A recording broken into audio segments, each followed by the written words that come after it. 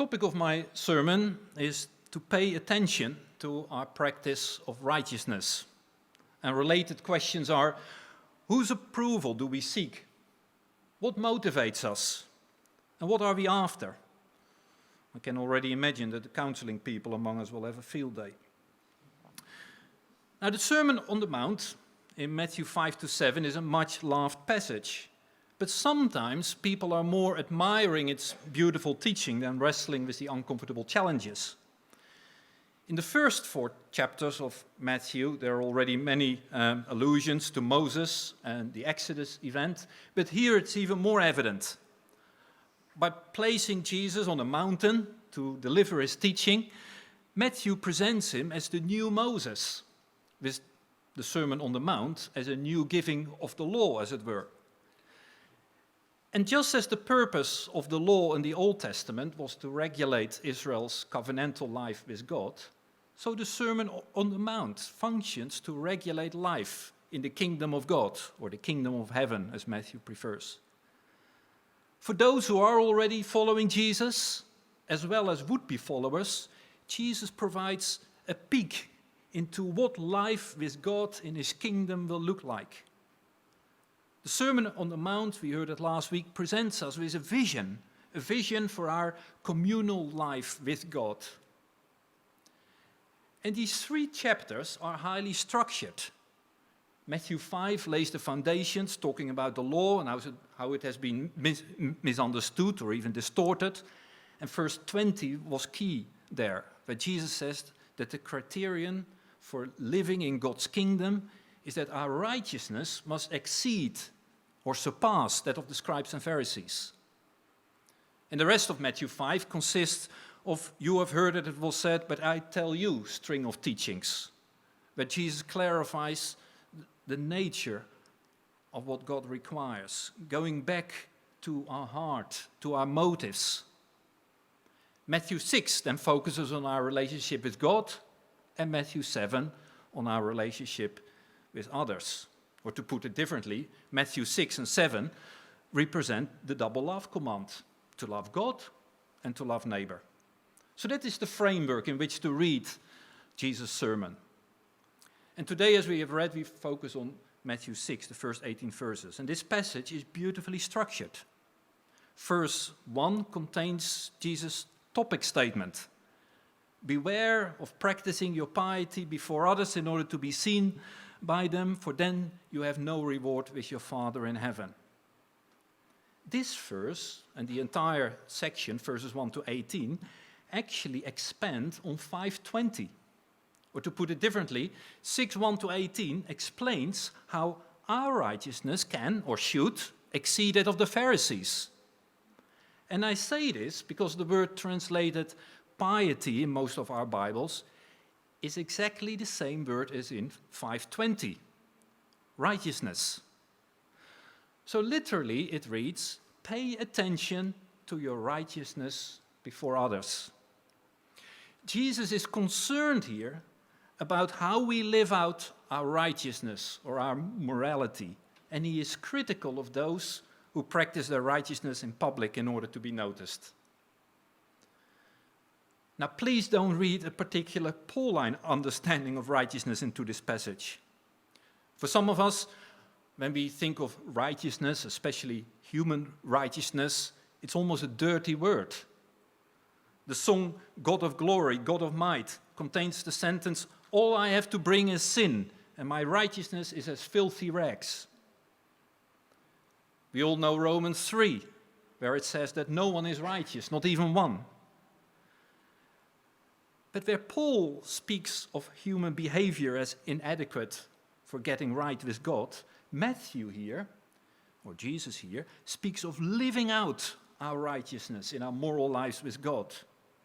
At the danger of oversimplification, we could perhaps say that where Paul speaks of how to get saved, Jesus here speaks of how to live out that salvation.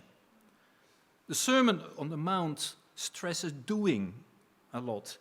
It is doing the will of the Father that counts. It is a Jesus righteousness, as it were, that needs to be lived out. So Jesus clarifies his claim in verse 1 by looking at 3 acts of righteousness. Almsgiving, that refers to giving directly to needy people, praying and fasting. These were not just some random righteous acts, but the 3 most prominent Jewish acts of piety in Jesus' day. And it's not difficult to notice the structure. There's a 3-fold structure. 3 times it says, whenever you do a righteous act, don't do like the hypocrites, doing it in public, but do it in secret, where God will reward you. And from this structure, from this passage, I will pick up on 3 issues: hypocrisy, anonymity, and reward. First then, hypocrisy. The story is told of a zoo that was noted for their great collection of different animals. One day the gorilla died, and to keep up the appearance of a full range of animals, the zookeeper hired a man to wear a gorilla suit and fill in for the dead animal. It was his first day on the job, and the man didn't know too well how to act like a gorilla. And as he tried to move convincingly, he got close to the wall of the enclosure and tripped and fell into the lion exhibit. And he began to scream, convinced that his life was over. But then the lion spoke to him, "Shh, be quiet or you will have both fired." So hypocrisy has something to do with pretense. Here's another anecdotal story. One Sunday morning, at the start of the service, a 2,000-member congregation was surprised to see a man enter, covered from head to toe in black and carrying a submachine gun. And the man shouted, "Anyone willing to take a bullet for Christ, remain where you are." Immediately the choir fled, the deacons fled, and most of the congregation fled. Out of the 2,000, there only remained about 20. The man then took off his hood, looked at the preacher and said, "Okay, pastor, I got rid of all the hypocrites, now you can start your service." On a more serious note though, hypocrisy is to claim higher or nobler moral standards than is actually the case in your life. To pretend to be better than you are. To do the opposite of what you say or believe.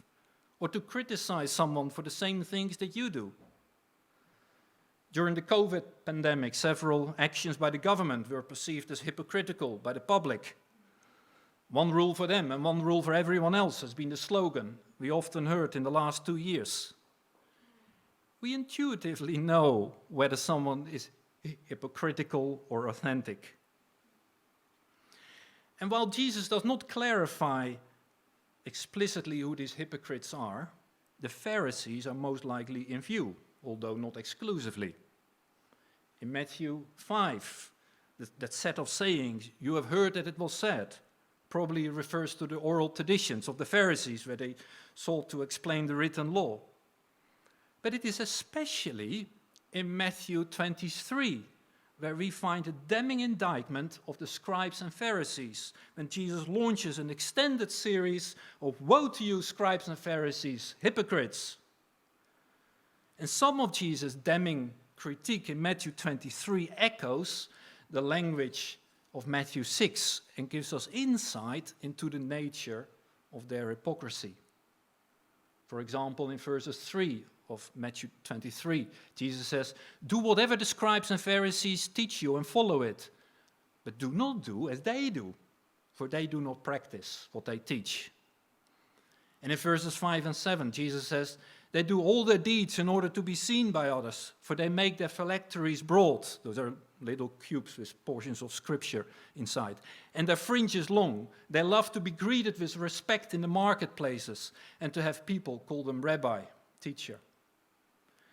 And then in verse 28, Jesus says about the scribes and Pharisees that they are like whitewashed tombs. On the outside, they look righteous to others, but on the inside, they are full of hypocrisy and lawlessness. The nature of their hypocrisy is that their righteousness is merely skin deep, like a thin layer of veneer that if you scratch it slightly, it reveals all sorts of filth underneath. Now, our piety, or righteous behavior, will exceed that of the Pharisees when it is more than skin deep. When it is lived out in such a way that we don't draw attention to ourselves in order to receive human approval, but instead seek God's approval. Our piety, or our lived out morality, must be heart deep, not skin deep. The entire sermon, and the Bible in general, stresses that God is concerned about our hearts, our inner life, our character. If our outward behavior does not reflect an inner reality, we are hypocritical. None of us are perfect, of course. And I actually believe, and maybe that's a shock for you, that there is hypocrisy in all of us. There is hypocrisy in all of us. I wish my actions would always match my words, that my outward behavior would perfectly reflect my inner reality. I wish that I would never pretend to be better than I really am. But sadly, that's not always the case. So the challenge for us is to narrow that gap between the outside and the inside and reduce the level of hypocrisy. How can we do that? Partially by not focusing on what people might think, but to seek first God's kingdom and his righteousness, where John will be talking about next week. We all know this, but we often find it so important what people might think of us that we try to impress them and present ourselves just a tiny little bit better than we really are. Instead of pretending to do well, we could admit to ourselves and others that the behavior that Jesus requires from us here in the sermon is tough, it's challenging, and it can only be realized when we are fully dependent on God and be led with his Spirit. We should try to be as authentic as possible. The second point has to do with living out our piety, our doing of good works, in secret, anonymously. Anonymity is difficult because we all want recognition and approval. Now, Jesus is not denying the desire for approval, but he challenges us whose approval we are after. Jesus recommends that we do our acts of righteousness anonymously, in secret, privately, out of sight, where people won't notice it and only God does. Jesus is okay with us seeking recognition, but he firmly recommends that we work for God's approval and not that of people. People do not need to know whether you are fasting, how much you give, or how often you pray. The problem with the piety of the hypocrites is that it focuses on the outside. They practice their piety in public because they want to be noticed by people and get human approval. And Jesus recommends the exact opposite to his followers. To practice their piety privately, where only God can see, and in doing so, receive God's approval. Matthew even goes so far to place the so-called Lord's Prayer in the context of praying privately to God. Let me explain. As we have seen, 6:1 to 18 is a beautiful structure. Verses 1 contains the topic statement, and it is then explained concisely with regard to almsgiving, praying, and fasting. And each of these examples is of equal length and tells us not to behave like the hypocrites, except for verses 7 to 15. If verses 7 to 15 had not been there in the Bible, we would not have missed them. We would not have missed them. But because these verses are there, they disrupt the neat structure of this passage in two ways. First, what is said on prayer is now substantially longer than what is said on almsgiving and fasting. And second, Jesus warns us now, not for the hypocrites, but for the Gentiles and their long-winded prayers. So it is most likely that Jesus taught the Lord's Prayer on another occasion, like we find in Luke, for example, and Matthew intentionally places it here.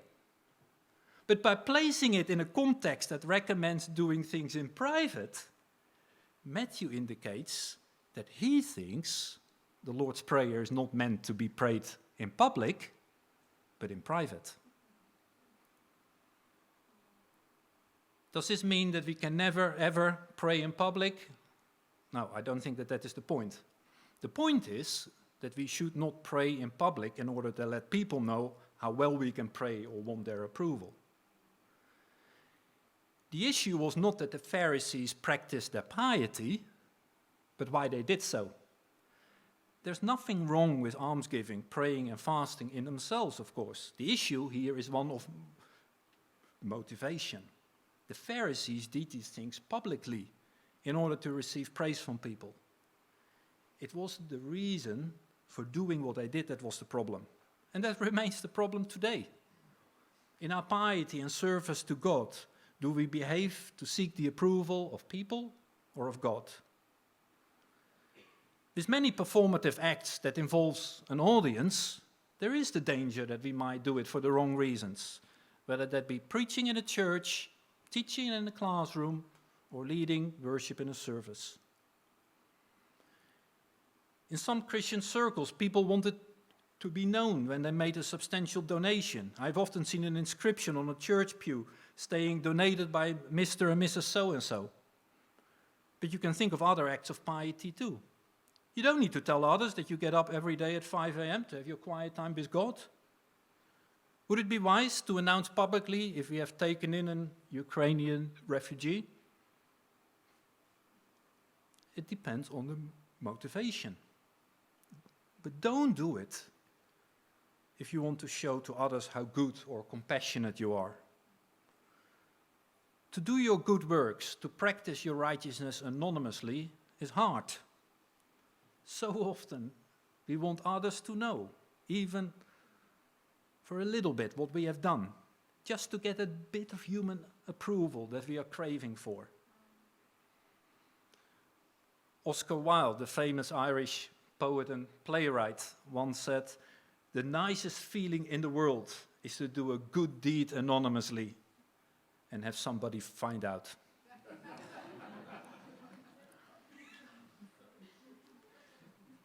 To embrace anonymity does not mean to become invisible or a nobody. The contrast in this passage is specifically between righteous behavior done in public to get praise from people versus righteous behavior done in private where one can receive praise from God. Take this imaginary scenario, for example. Suppose Jason volunteers at a homeless shelter once a week. If Jason goes quietly each week and never mentions it to anyone, his service will of course still be noticed by the people he serves and those he works with, and likely will eventually be noticed by others who know him. Someone may see him enter or leaving the homeless shelter or talk to someone else who works him. That is not the issue. But if Jason's motive is to make people think he is righteous or he is good, and he loudly announces to everyone that he is helping the homeless, people will be turned off by his boasting. And his actual service may be of a lesser quality because he lacks the right motivation. What Jesus recommends is that we intentionally do our good works in a way that we don't seek to draw attention to ourselves, where we don't want our acts of righteousness to be noticed by people because we want to do it only to please God.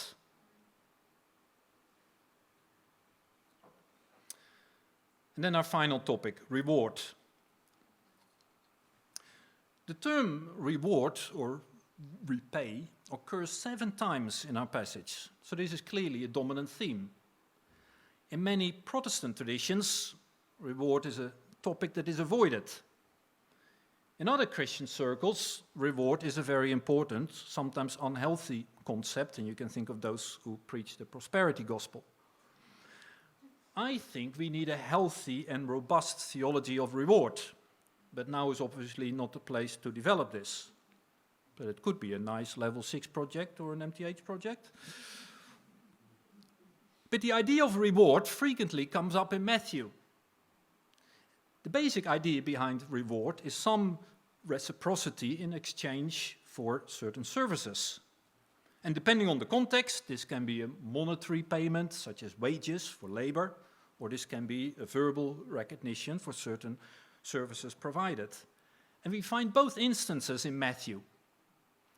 In Matthew 20, Jesus tells the well-known parable of the laborers in the vineyard, where the offensive part is that all laborers receive the same payment, irrespective of whether they have worked the whole day or only the last hour.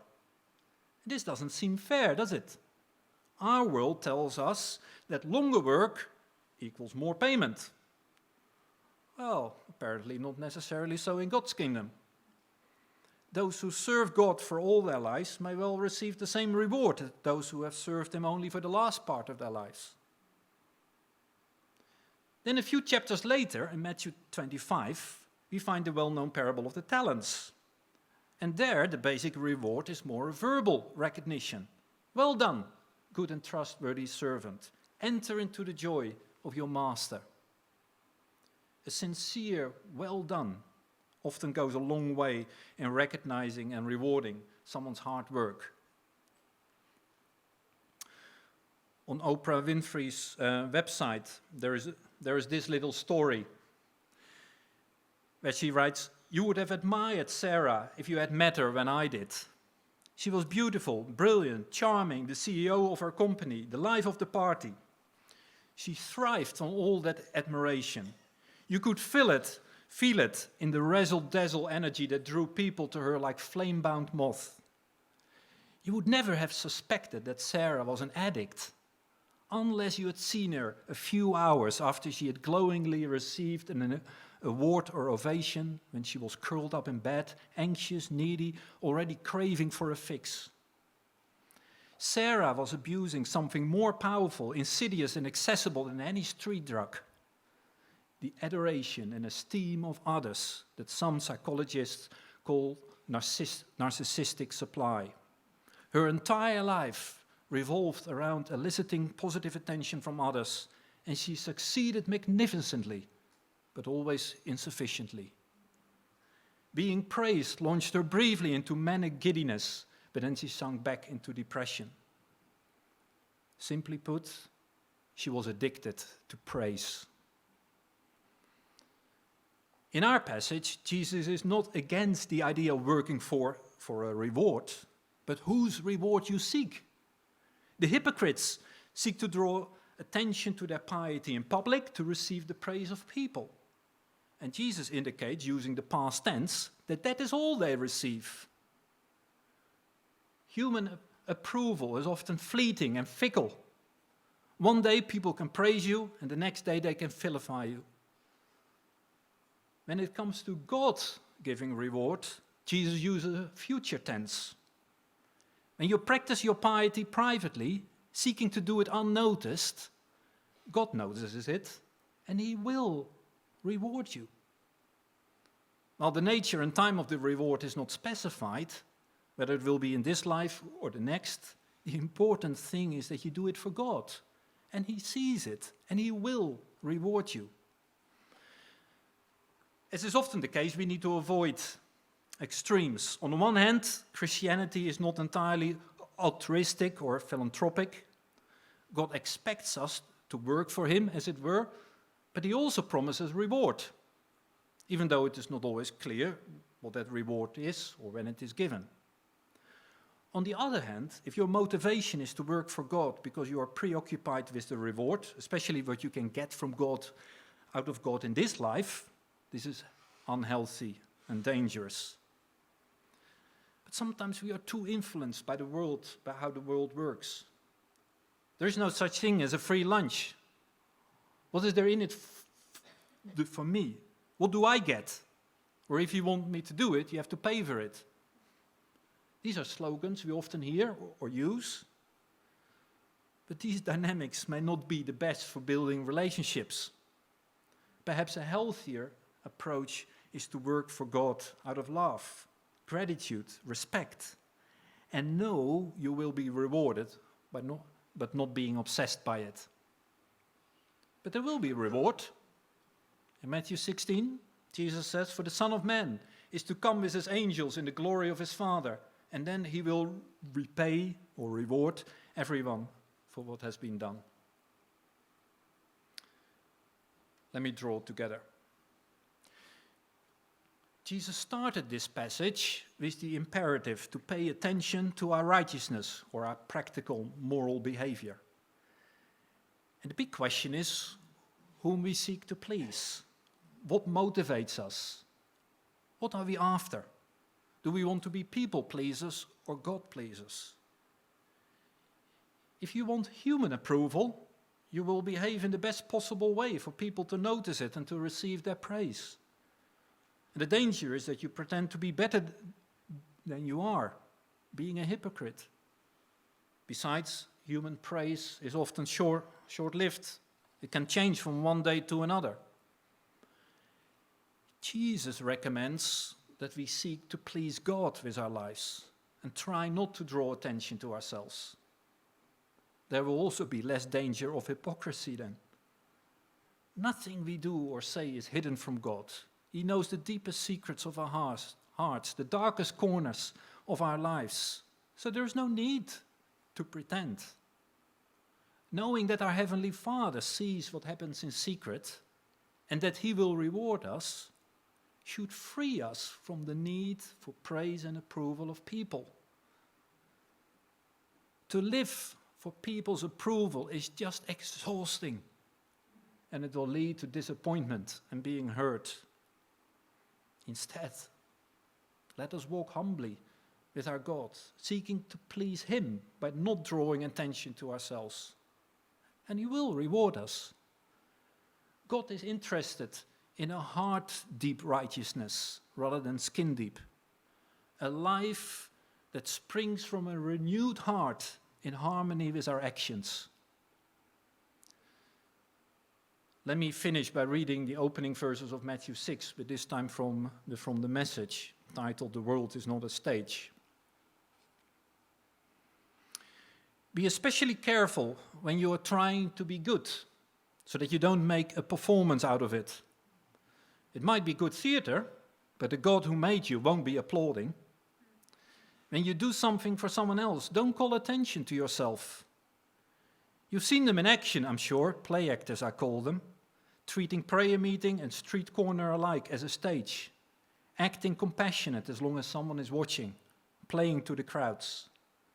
They get applause, true, but that's all they get. When you help someone out, don't think about how it looks. Just do it, quietly, unobtrusively, and your God, who works behind the scenes, will repay you. Let's pray.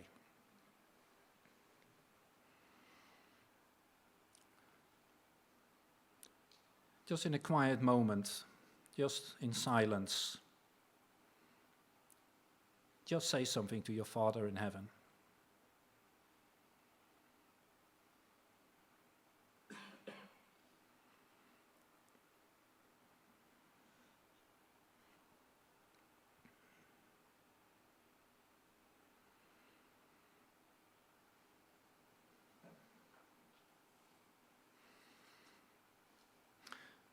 Father, help us to embrace the vision your Son has given us here. Help us to seek your approval and quietly do things for others and for you without drawing attention to ourselves.